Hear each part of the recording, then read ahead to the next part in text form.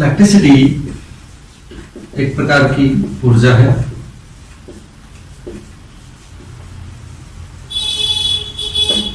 ठीक है, जिसको हम किसी भी प्रकार से दूसरी किसी भी प्रकार की जो ऊर्जा है उससे हम इलेक्ट्रिसिटी में उसको बदल सकते हैं या फिर इलेक्ट्रिसिटी को हम दूसरी ऊर्जाओं में रूपांतरित कर सकते हैं। अब हम उससे पहले एक लॉ पढ़ेंगे, ऊर्जा संरक्षण का नियम। ऊर्जा संरक्षण का जो नियम है, पहला पॉइंट, ऊर्जा को न तो उत्पन्न किया जा सकता है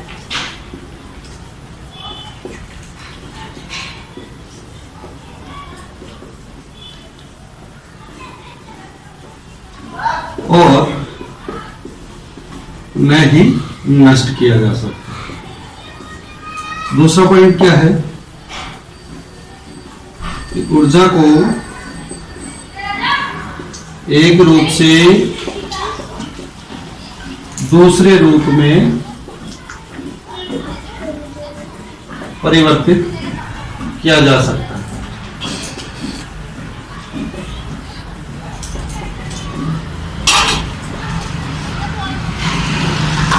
यानी ऊर्जा संरक्षण के नियम के अनुसार हम जो इलेक्ट्रिसिटी जनरेट कर रहे हैं उसमें इलेक्ट्रिसिटी एनर्जी जो है वो उत्पन्न नहीं हो रही है, वो हमें एक फॉर्म से दूसरी फॉर्म में हम रिफॉर्म कर रहे हैं उसको।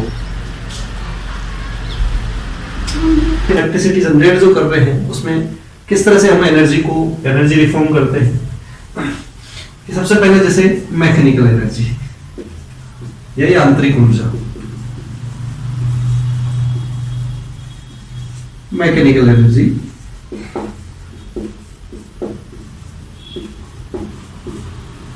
मैकेनिकल एनर्जी क्या है, जैसे किसी चीज का मूवमेंट हो रहा है, जैसे कोई आपने मोटर अगर घूम रही है या कोई व्हील घूम रहा है तो वो रोटेशनल मूवमेंट उसको मिल रहा है तो यांत्रिक ऊर्जा हुई, या फिर किसी चीज को हम धक्का दे रहे हैं तो वो सारी यांत्रिक ऊर्जा कहलाती है। इस यांत्रिक ऊर्जा को हम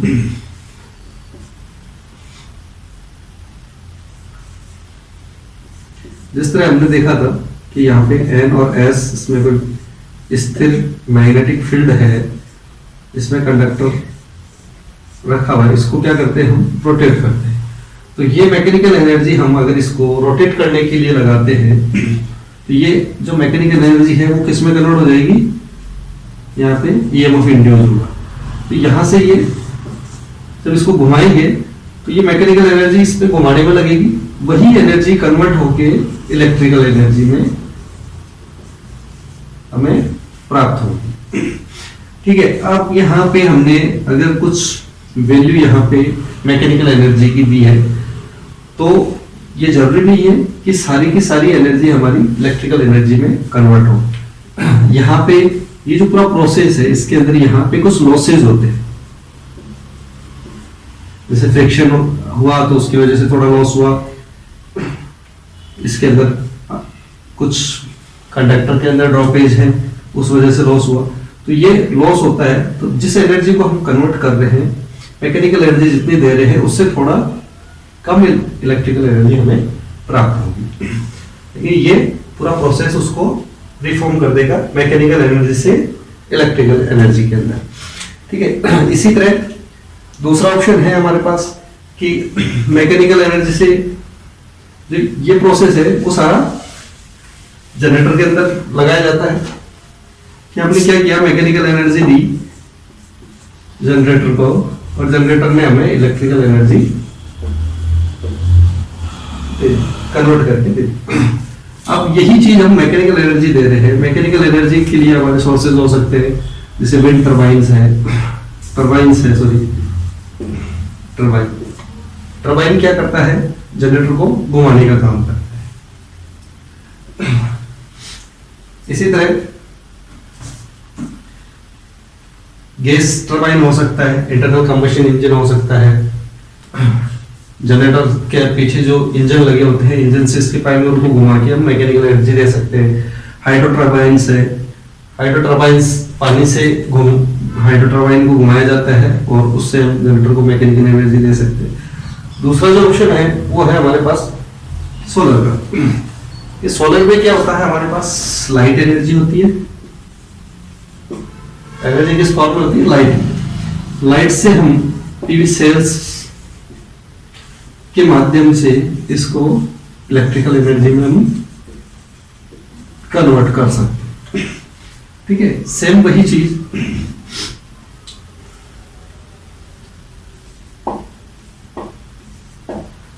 तीसरा क्या है? जैसे विंड, विंड एनर्जी है, पवन ऊर्जा जिसको बोलते हैं। विंड को हम विंड मिल की सहायता से इलेक्ट्रिकल एनर्जी में कन्वर्ट कर सकते हैं।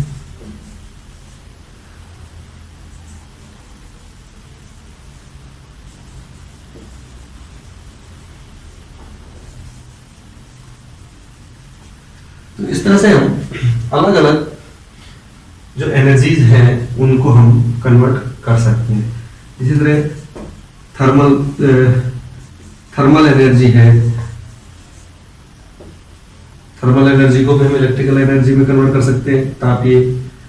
उसके अलावा जैसे ज्वार भाटा है, अप और डाउन जो आते हैं ज्वार भाटे में, उनसे हम टर्बाइन से रोटेट करके इलेक्ट्रिकल एनर्जी कन्वर्ट कर सकते हैं। तो अलग अलग तरह की एनर्जी जो अलग अलग फॉर्म में है उसको हम इलेक्ट्रिकल एनर्जी में कन्वर्ट कर सकते हैं।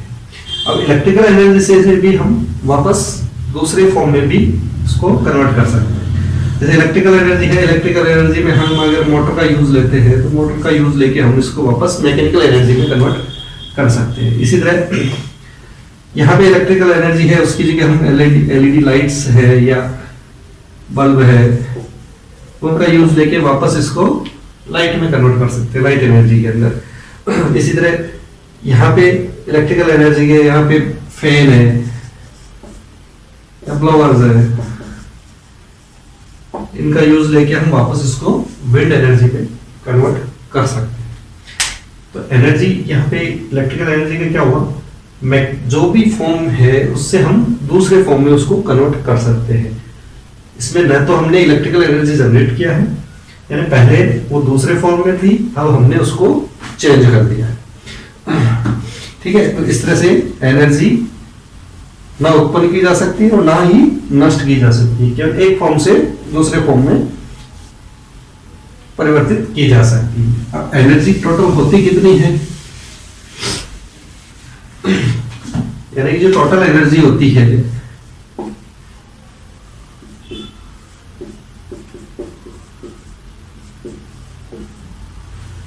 यानी पहले एक फॉर्म में काइनेटिक एनर्जी प्लस स्थिर एनर्जी स्टैटिक, दोनों ऊर्जा दूसरी फॉर्म में कन्वर्ट अगर करेंगे, गतिशील ऊर्जा और स्थिर ऊर्जा दोनों के अंदर कन्वर्ट हो जाएगी, लेकिन उसकी जो वैल्यू रहेगी K1 प्लस U1, यानी दोनों ऊर्जाओं का योग है वो इन दोनों ऊर्जाओं के योग के बराबर रहेगा। यानी ना तो इसमें हमने को एनर्जी बढ़ा सकते हैं ना घटा सकते हैं, एनर्जी का जो इक्विवेलेंट है वो दोनों